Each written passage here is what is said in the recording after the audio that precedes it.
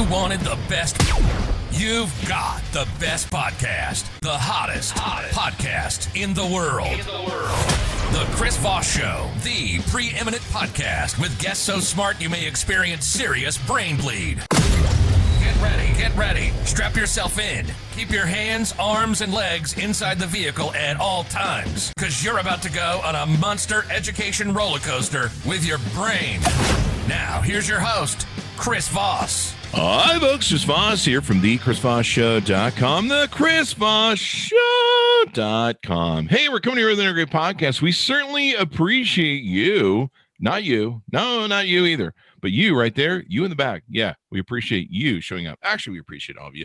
Thanks for tuning in the show, guys. Once again, be sure to go back and listen to last year's show. We're trying to push those. In fact, the end of last year, I did 4 major shows where I gave you my impression of all the authors, talked about them, gave you some backstory and some fun tidbits to do.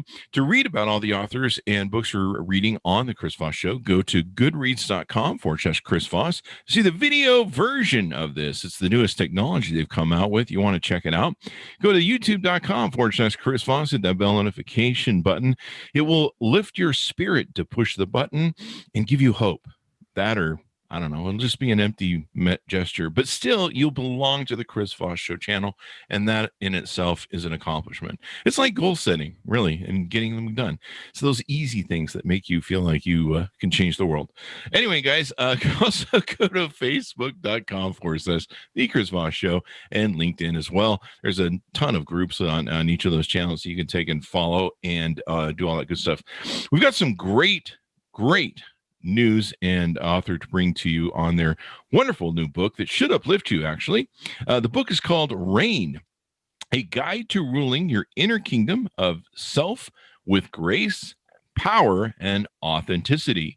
It's by the author, Mary Krygiel. Mary earned a master's degree in acupuncture from Maryland University of Integrative Health in 2011. As a board-certified licensed acupuncturist, classically trained in the law of 5 elements, she has treated many patients in clinical, hospital, and community settings. In each circumstance, she observed that the patient's outward presentation and manner of being contributed to their symptoms. Viewing patients through the lens of her traditional Chinese education, she saw how nature impacts each person's constitution in the way they presented themselves. Interactions can range from effortless to difficult based on a person's use of their 12 energies as defined by the law of 5 elements.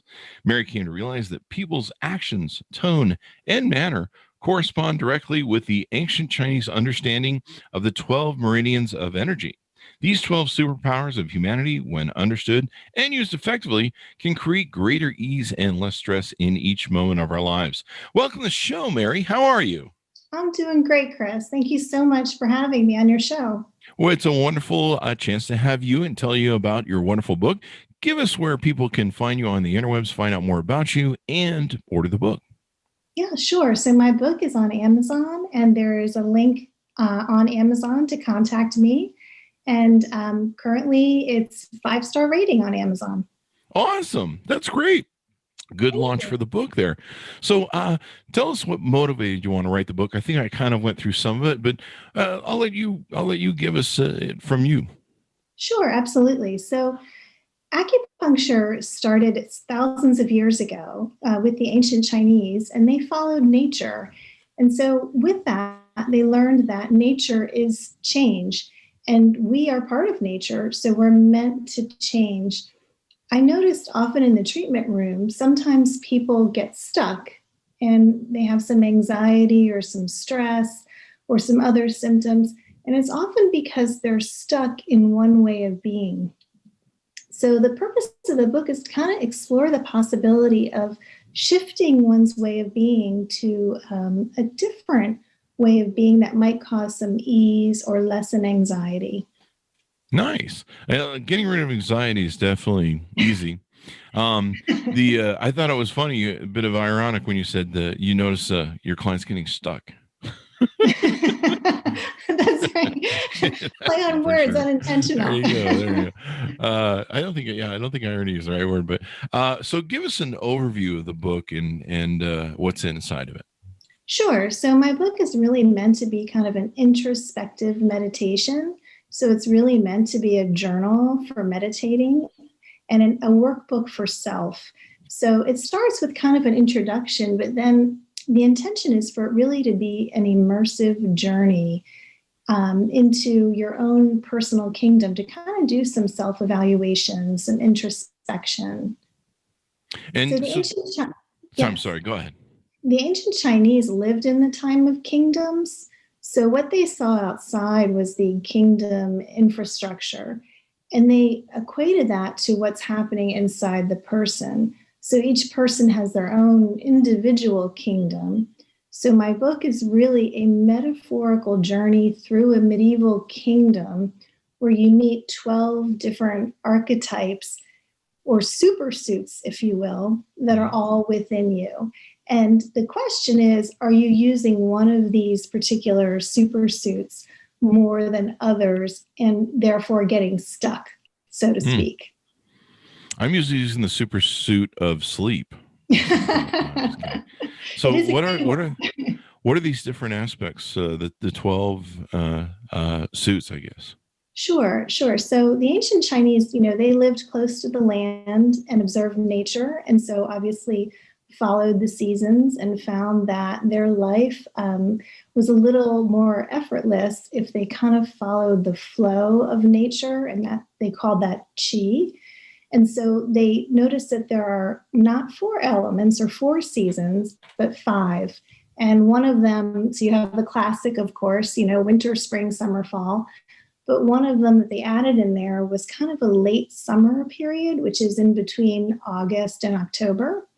And so the different 12 energies stem from these 5 different seasons. In my kingdom metaphor, there are 5 different realms. So there is an element that is associated with each of those 5 seasons. Awesome. And so they go through all those different ones, and what do they represent, or what do they tell us about ourselves, I guess? Sure, absolutely. So the first one you might find, if you think about a kingdom, you can kind of visualize a castle, right? Like the medieval castle, so to speak. And then you might have a gate, an inner gate that kind of raises and lowers. And then at the farthest reaches of your kingdom, past farmlands and so forth, there's a huge fence that encompasses the entire kingdom. And along that fence, there'd be an outer gate. So the idea is this outer gate will allow people in and out of the kingdom. And it's really a metaphor for each of us as humans. Whenever we interact with someone, we allow them to impact our energetic boundaries, if you will. So if it's someone who's not in your innermost circle, like a casual acquaintance, or for example, social media is the classic example here. It's people that we know on a casual level. And there's always that decision of when will we let them inside to, whether we include them or like them or friend them, and whether that's somebody that we want inside of our kingdom. And if you have a well-functioning gate on that far reach, then you know when to let people in and when to say, no, thank you. You don't want in the medieval kingdom, you don't want the thieves and the spies to get in. And it's the same concept in modern life. You want people who will nourish you allowed into your kingdom. Yeah, when social media started, I was an early social media rock star, and I would let everybody in. And boy, that became a mistake in 2015 when I woke up and went, wow. But even then, it was a mistake now, because you realize that quantity is not quality. Mm-hmm. That's exactly it. And so, I think that we all are, if you take that premise, we all are our own individual kingdom. And we sort of have a responsibility to ourselves to be our best, most authentic self. And to do that, we really do need to screen carefully those people that we allow into our kingdom and out. So to answer your question, one of the 12 types of energies is what I call the outer gatekeeper, or it's that person that kind of monitors those casual interactions. It can be the store clerk, or It could be a fellow commuter on, your commute to work. And if you think, for example, if you are on your commute and some guy cuts you off, you have a decision in that moment whether you're going to let the anger of that impatient driver impact you. And that's sort of what I'm speaking to with the outer gatekeeper of what are you going to allow to land inside your being that you may then carry forward to other people in your circle. Nice. That, it really is important. And I learned that the hard way. And I know a lot of people that, once I started cleaning up my social media and I learned a long time ago, you be careful of all the people you have around you. Cause I went through a phase of my life where as long as I was buying, I had plenty of friends. Mm-hmm. And a lot of people struggle with that is sometimes in their lives or in social media, they let people that are toxic in, they let emotional vampires in, who will just drain them, either emotionally or every other way. And then they struggle with it. They're like, well, I don't want to hurt that person's feelings and eject them from my life. And it's like, no, seriously, they need to go. And so it definitely speaks to that. Yes. And that is exactly, a good segue to another one of the 12 energies, which I call the scalpel. And that's the ability to cut those people or those negative, toxic things out of your life without remorse and recognize that they're not serving you and that it's really for the best for your kingdom. And for me, it had to be a machete. I'm sorry, I had to get that in. I had to get that. And, I would say by actually taking those steps to maybe remove some individuals or groups or whatever it may be that's no longer serving you, you're increasing the health of your own personal self. But I'm going to take it a step further. And I feel that we all have a responsibility to, of course, be our best selves. But by being our best selves, we are then impacting everyone around us. So the thought is, if we all made a tiny shift, and changed our way of being, whether it's removing negative energies or allowing in more positive energy, perhaps we could all make a greater shift, in the universe. Yeah. And it improves our lives. I mean, if we're definitely happier people and nicer people, and we don't have a lot of toxicity or like emotional vampires or brain damage in our life, we tend to be nicer people. At least I do, especially if I get my sleep.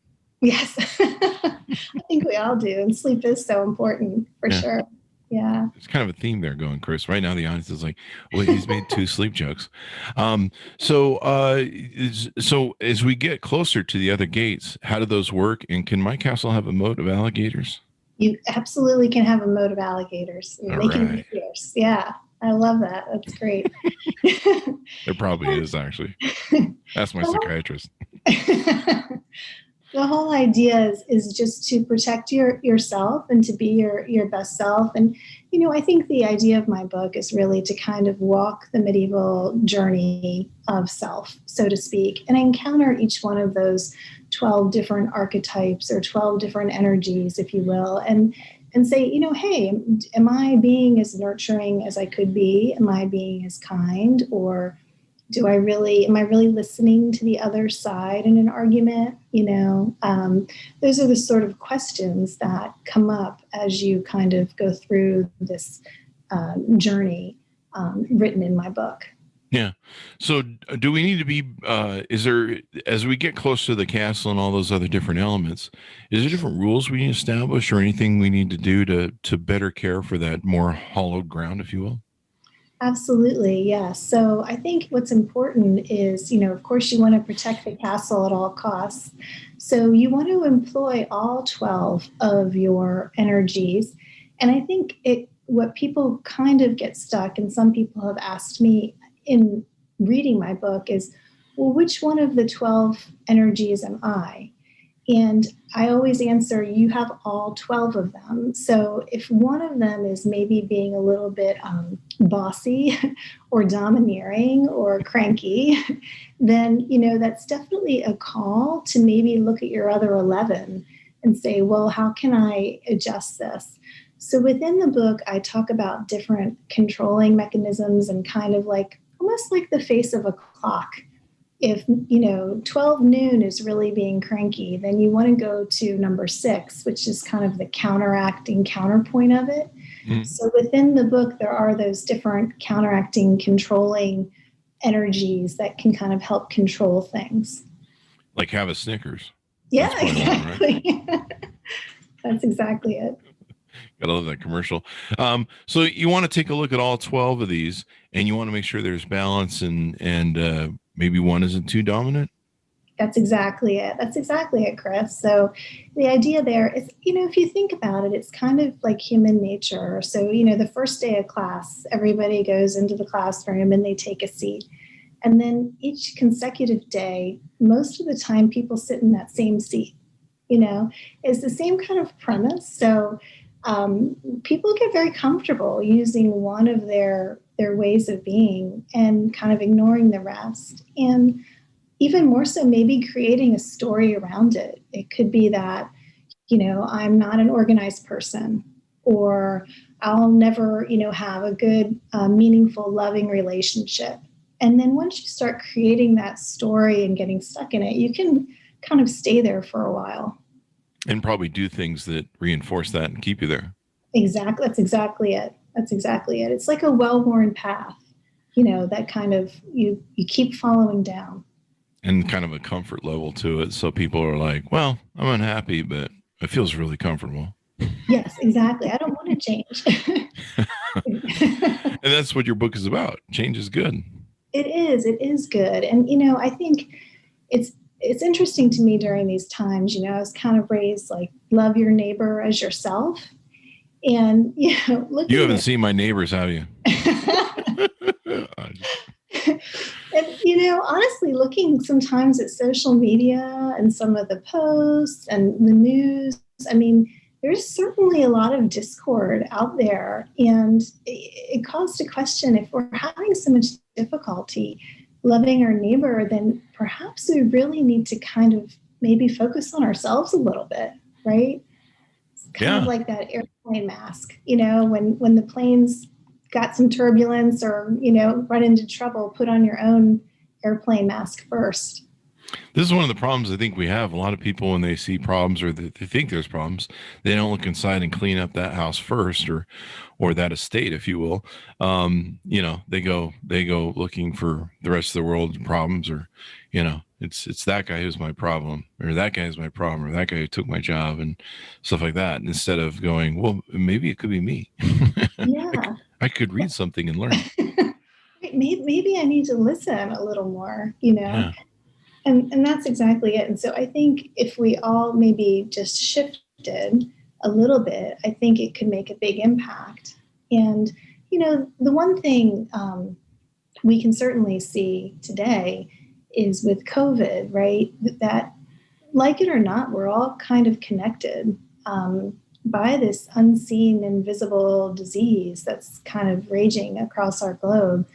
And it even though we can't see it, we know that it definitely can spread, through us. And so it's interesting to me that that's one thing that we all can kind of control, is our own actions and our own way of being in a time where there's so much that we can't control. Yeah, it definitely is. COVID is very hard. And I think a lot of people are definitely going to need resources like your book, and maybe some deep psychology. I need to be locked in a funny farm room with a straitjacket for probably a year.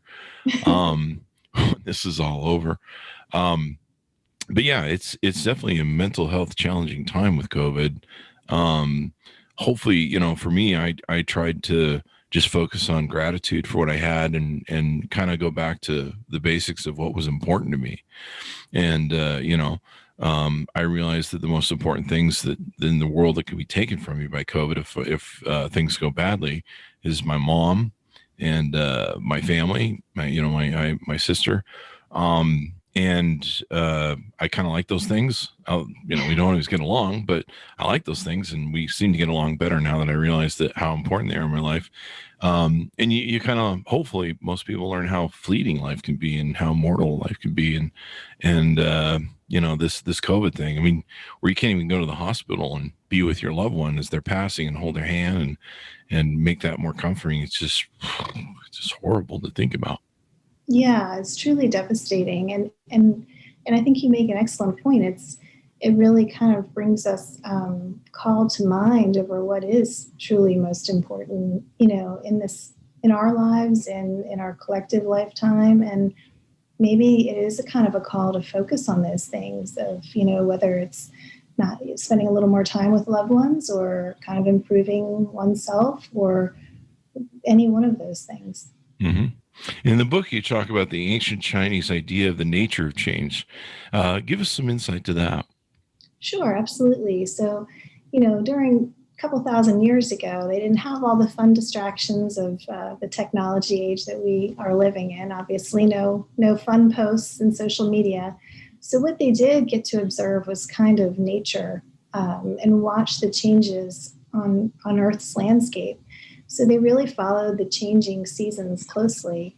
And they noticed that life was easier when they kind of flowed with those changes. So, in summer, it's a time to kind of play and be outside. And then fall is a time to start, collecting your harvest and so forth. So, for example, if they weren't paying attention closely to these subtle changes, they might miss signs of an upcoming frost and then have kind of a long, devastating, hungry winter. So, they learned that following these patterns, this nature of change really makes things easier. So that philosophy is kind of what really is the undercurrent for all of acupuncture and kind of their philosophy on life. So the idea being behind if you stop moving forward or trying to change or, improve yourself in one way, you can, get stuck or have stagnation.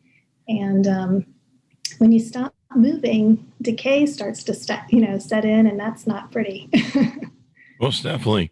And it sounds like we really need to pay more attention to nature. I mean, that makes so much sense. The flow of it, the change of the seasons. And I think a lot of us are really lost and ignore what that meaning is and that, the kind of metaphor for life. Yeah, that's exactly it. And, with acupuncture, they would follow these seasons, and they realized that not only in their farming lifestyle is there an appropriate time to do certain things, whether it's plant the seeds or harvest them or store them and reflect upon what they can do better for the next season. But, it's also the chance to kind of take those lessons of a flow of life and apply them to your own interpersonal relationships and your own interpersonal ways of being. So, for example, there's an appropriate time to listen in a relationship or an appropriate time to engage or laugh or be quiet or even to be angry if that's an appropriate use of that sort of energetic. Yeah. I like the concept of that and realizing that there's change. I think I used to always hate the seasons because I hate winter. Winter is the one thing I do. What's a good way of dealing with winter? Because it's like winter right now and I'm having a hard time. Yes. I'll be honest, Chris, it's not my favorite either, but and we're here going to have a huge snowstorm in a couple of days, which is kind of brutal. For me personally, other people love it. But, winter in this framework is really actually a time to recharge. So in the ancient times, it was a time to it was dark. It was a time to go in and rest. You weren't out plowing the field, so to speak. And so it was really a time for meditation and a time for quiet. And I think with the quiet and meditation, comes wisdom. And wisdom is sort of what helps us, kind of digest past experiences, make sense of them, learn from them, and also have the courage then to try new things. So winter is a time to sort of process and honestly to get some good sleep. I was just going to say that's during wintertime, that's all I want to do is hibernate. And that helps me process stuff, That's exactly thinking about stuff. sleeping. I'm like, I can't wait for spring. Well, that's it. That's exactly it, though. It's the time to kind of rest your body. And, I do think that that's hard to do in this modern world, where you could be on 24/7 answering emails and phone calls. Yeah. I mean, if I could like hibernate all summer and just sleep or winter and sleep through the whole thing, I would if that were possible. Like I'm a bear. Like it takes me like 2 hours in the morning. I've had girlfriends that have been like, "You are a grizzly bear in the morning. Like you're insufferable. You just have to have. I have to have like 2 cups of coffee and those 5-hour energy drinks. I have to snort like a whole one. No, I don't. I'm just kidding. Tell us." I just wrote that joke. I gotta remember that one. Tell us about the 5 elemental realms and how they integrate with what your book and stuff. Sure, absolutely. So the 5 elemental realms are each tied to each one of the seasons. So again, back in a couple thousand years ago, they just kind of looked around, and that's how they learned about life. So they attached an element to each one of the changing seasons. So a winter example is water. Springtime is wood. And if you could think about it, wood, the buds come up out of the earth during springtime. So that's why they made it a wood element. And then summer is a time of fire. And then the late summer season, which I describe as sort of a harvest season, if you will, is earth. And then autumn time or fall is metal. So they associated an element with each one of those seasons. And my book is a journey through everyone's kind of own individual kingdom.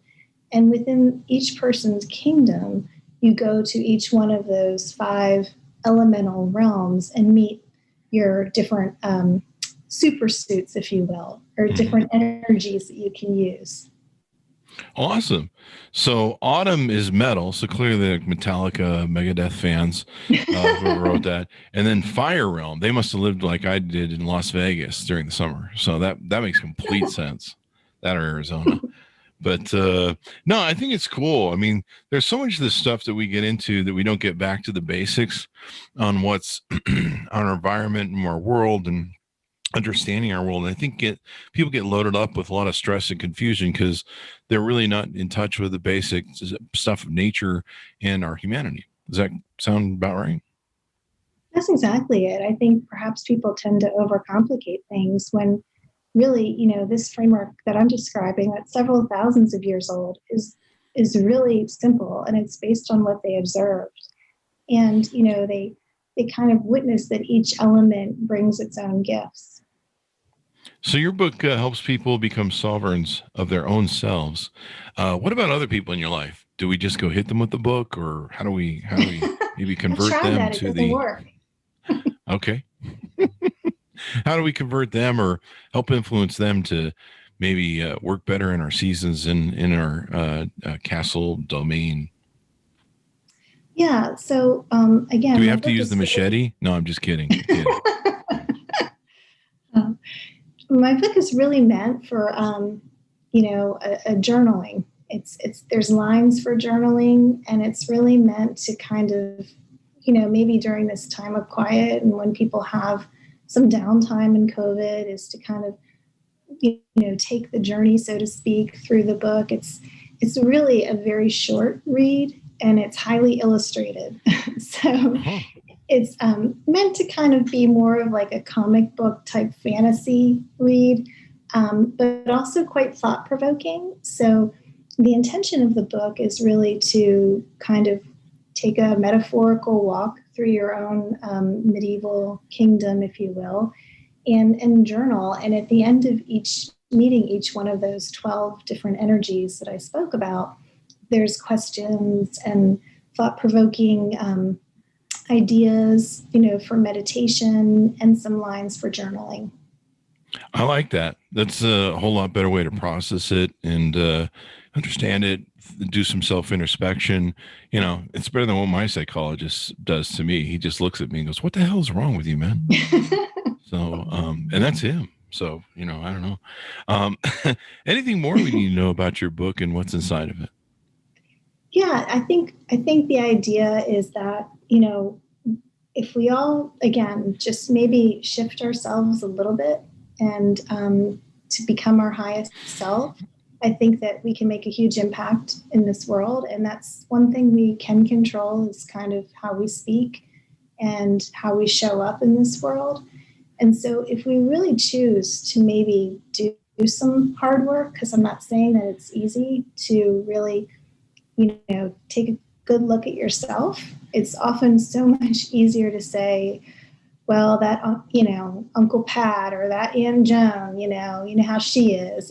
It's easy to point the finger or to, place blame or get upset with other people. And I think if we took the time to really maybe do a little bit of introspection and self-reflection, and if we all even just shifted a little bit, I think it can make a huge difference. And it probably take the pain out of a lot of people's lives. I mean, I think if you're suffering through life, and I've had times where I'm suffering and I'm lashing out at people and I'm not being my best self, sometimes there's something underlying in that. And the only way to fix that is for me to go in and with the scalpel, as you say, and try and assess what's going on and figure out what's going on about that. I remember there's an old great line that I saw from a show Oprah did, and someone made the comment that the poison that is killing you is the secrets that you hold, and sometimes getting inside yourself, finding out, exposing those secrets and dealing with them, and letting go of those secrets and flushing them out of your system. It's like this. It's like when a lion gets a thorn, and you can't get rid of it. It just agitates you and drives you insane. That's beautifully said. I mean, that's exactly it. I think if we all maybe kind of looked at some of the poison that we're feeding ourselves, and whether intentional or not, sometimes it is not intentional. We can create our story and get stuck in it. So this is just certainly not a prescriptive book. It's just meant to be a meditation and meant to be a time for introspection and maybe exploring those concepts of some change. I've never done acupuncture. What's that like? I've done massage, and massage was always really good for me, especially when I was running all my companies, and my employees would be like, "You didn't get your massage this week." And I'd be like, "How do you know?" And like, "You're really cranky." That's funny. Yeah, people are often very concerned or nervous because all they can think of are needles. And of course, the only thing that, the framework that they have to deal with is the doctor's office, needles, which I don't like those. Acupuncture needles are hair thin, and they only go, subcutaneous just a little bit. So you really don't even feel them as they're being inserted. But people, patients of mine have said that it's just been tremendous for a stress reliever, for so many things. And it really, over time, I think is such a therapeutic modality that I think everyone could benefit from. I'd like to try it sometime. I have plenty of people that want to stab me, but it's nothing with that small of a needle, evidently. So there you go. Let's. What plugs and where can we find you on the interweb, and where to order your book up? Yeah, so my book is on Amazon, and there's a Kindle version, and then there's paperback. I think because it is a journal, it's probably best to try the paperback because you can write in it and refer to it. But everyone likes to read differently. And within Amazon, there is a way to contact me by clicking on my name, and it'll take you straight to my website. And you're certainly welcome to leave me comments or feedback or questions. There you go, guys. Well, Mary, it's been wonderful to have you on the show and sharing all this wonderful data with us. This is a perfect time that we need to maybe do some introspection. Thank you very much. Thank you. It's truly been a pleasure. And to my audience, be sure to check it out. Reign, a guide to ruling your inner kingdom of self with grace, power, and authenticity. Grab it, pick it up, and read it. The paperback version might be really good. I always try and take notes with the Kindle version or the what's the other, like the Audible version, but it's so hard to get back to the notes on this. So the paperback version probably the best. That way you can make those notes or highlight stuff. That's what I like about it too. You can make those highlights. So thanks to my audience for tuning in. Be sure to go to youtube.com/Chris Voss to see the video version of this conversation. You can also go to goodreads.com/Chris Voss to see what we're reading and all the books we're reviewing. You can go to facebook.com/The Chris Voss Show and see all the groups over there, and LinkedIn. Thanks so much for tuning in. Wear your mask, and we'll see you next time.